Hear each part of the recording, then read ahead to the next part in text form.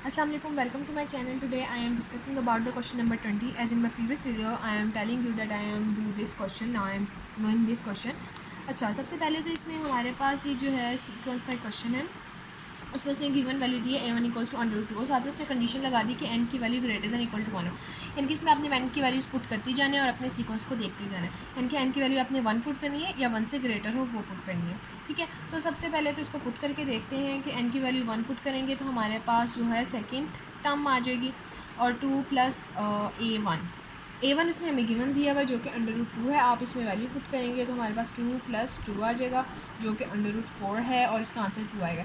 इसी तरह से आप a3 की वैल्यू पुट करेंगे, a3 आएगा जब आप n की वैल्यू 2 पुट करेंगे तो यहाँ पे दोबारा से a2 + a2 आएगा। a2 आपके पास अगेन जो है वो 2 है, सो 2 + 2 हमारे पास क्या आएगा √4 और हमारे पास आंसर आ जाएगा 2। इस तरह से एक हमारे पास जो है कॉन्स्टेंट टर्म सीक्वेंस आएगी। सॉरी, ये √2 नहीं है, ये हमारे पास बुक में मिस्टेक है, ये a1 इक्वल्स टू 2 ही आएगा इसका। ठीक है, इस तरह से हमारे पास एक कांस्टेंट टर्म सीक्वेंस है जिसमें हमारे पास वैल्यूज़ आ रही है 2,2,2 और आप जानते हैं कि जो भी कांस्टेंट टर्म सीक्वेंस होती है ना वो कन्वर्जेंट होती है। हाउ इट इज़ कन्वर्जेंट इस तरह से होती है क्योंकि इसकी एक ही बाउंडेड वैल्यू है जो कि है 2। मतलब जितनी भी वैल्यूज़ आएंगी वो सारी 2 आएंगी, 2 की बाउंड्री में आएंगी, ना तो 2 से ज़्यादा होंगी वैल्यूज़, ना तो 2 से बड़ी होंगी, ना तो 2 से छोटी होंगी। तो वो 2 के एरिया में ही रहेंगी तो वो क्या हो गई बाउंडेड, उसकी बाउंडेड वैल्यू होगी 2। अभी मोनोटोन बिहेवियर कैसे शो करती है आपको पता है? मोनोटोनिक बिहेवियर वो बिहेवियर नहीं होती जिसमें एक वैल्यू डिक्रीज़ करी फिर दूसरी आप देखें सीक्वेंस में इंक्रीज़ करिए, जैसे 1, 1.414, 0.5 फिर अगली 2 आ जाए। इस तरह से देखिए कोई वैल्यू इंक्रीज़ करिए फिर डिक्रीज़ फिर इंक्रीज़ करिए, ये मोनोटोन बिहेवियर होती है। मोनोटोन बिहेवियर होती है या तो सारी वैल्यूज़ इंक्रीज़ करें या तो सारी वैल्यू डिक्रीज़ करें। देखिए सब वैल्यूज़ इसमें कॉन्स्टेंट बिहेवियर को शो करिए तो इसी वजह से ये क्या होगा मोनोटोनिक बिहेवियर तो है ना, तो इस वजह से ये कॉन्स्टेंट सीक्वेंस है। और इसके अलावा अगर आप इसको इस तरह से भी देख सकते हैं कि सीक्वेंस कॉन्स्टेंट कैसे वो सीक्वेंस कन्वर्जेंट कैसे है।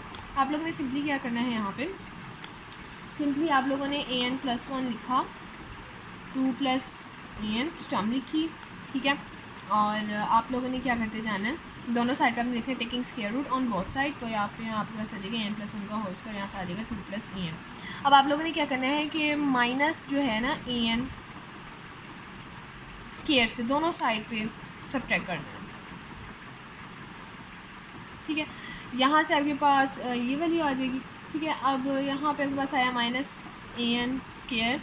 + an+2 और यहाँ पे आ जाएगा an+1 का होल स्क्वायर -1। यहाँ पे आप लोगों ने क्या करने लगा, इसके फैक्टर्स बना लेने हैं। फैक्टर्स जिस तरह से आपके फैक्टर बनेंगे कि आपके पास an की वैल्यू आ जाए, आप लोग जो है -an² + 2an -an आ जाएगा +2। ठीक है, और यहाँ पे ये वैल्यू ऐसी आ जाएगी an+1 का होल स्क्वायर -an का स्क्वायर। और अब आप आगे देखिए, यहाँ पे मैं क्या कॉमन ले सकती हूँ कि मैं ले रही हूँ यहाँ से कॉमन -an, तो मेरे पास जो है वो क्या बचेगा यहाँ पे an और यहाँ पे आ जाएगा -2। इसी तरह से यहाँ से मैं ले लूँ -1 कॉमन, तो मेरे पास आ जाएगा an-2 और यहाँ पे मेरे पास आ जाएगा an+1 और -an का स्क्वायर। सो मेरे पास यहाँ पे जो वैल्यू आएगी -an-1 and this one would be an-2 और an+1 का होल स्क्वायर -an का स्क्वायर, राइट। सो आप लोग यहाँ से माइनस साइन में यहाँ पे कॉमन भी ले सकते हैं, ऐसे बाहर इस तरह से लिख सकते हैं an+1 और this one an-2 and this one would be an+1 का होल स्क्वायर -an का स्क्वायर। ठीक है, अब इसके अलावा आप लोग इसमें से क्या और अमेंडमेंट कर सकते हैं, यहाँ से मैं an ले सकती हूँ 1 + 1 ओवर an और यहाँ से मैं an ले सकती हूँ कॉमन। ठीक है, सो ये बन जाएगा 1 - 2 ओवर an। ठीक है, और इस तरह से ये टर्म ऐसी रहेगी। अब मैं अगर इसके ऊपर इनइक्वालिटी का साइन लगाऊँ, इनइक्वालिटी का अगर मैं साइन लगाऊंगी तो ये जो an whole as a common ले लिया मैंने, यहाँ से 1 + 1 ओवर an और यहाँ से 1 - 2 ओवर an, तो ये जो टर्म है ना, ये टर्म ये ऑलवेज ग्रेटर देन होगी 0। ठीक है, क्योंकि ज़ीरो से टर्म बड़ी होगी। ज़ीरो से टर्म क्यों बड़ी होगी? क्योंकि जब आप लोग इसमें वैल्यूज फ्रैक्शन में डालेंगे, इसके साथ 1 के साथ जब फ्रैक्शन में डालेंगे तो वैल्यू कम हो जाएगी। ठीक है, डिनोमिनेटर अगर इसका ज़्यादा भी हुआ, लेकिन आप इसे 1 से ऐड करेंगे, ठीक है, या फिर 1 से सब्ट्रैक्ट करेंगे तो ऐड करेंगे तो वैल्यू तो बढ़ जाएगी। अगर 0.05 में भी इसका आंसर आता है तो 1 में ऐड करेंगे तो 1.05 आएगा। उसके मज़ीद आप an जो है कोई वैल्यू देंगे तो वो और ज़्यादा वैल्यू बढ़ जाएगी, तो ये वैल्यू 0 से तो हमेशा ग्रेटर आएगी। तो इसका मतलब अगर ये वैल्यू 0 से ग्रेटर आएगी तो ये वाली वैल्यू भी किसके 0 से ग्रेटर होगी, क्योंकि ये वैल्यू इस वैल्यू के इक्वल है। सो मैं इस कंडीशन को यूज़ करते हुए मैं ये लिख सकती हूँ n+1 का होल स्क्वायर माइनस n का स्क्वायर ऑल्सो ग्रेटर दैन 0, और ये माइनस आने ही जब उधर चला जाएगा इक्वालिटी के, इस तरह से बन जाएगा।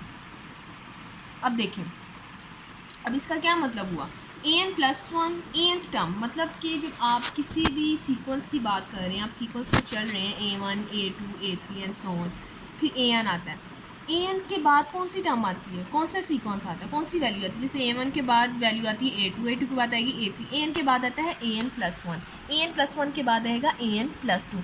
इसी तरह से an के पीछे अगर मैं चली जाऊँ तो क्या आएगा an-1, इससे पीछे चली जाऊँ मैं आ जाएगा an-2।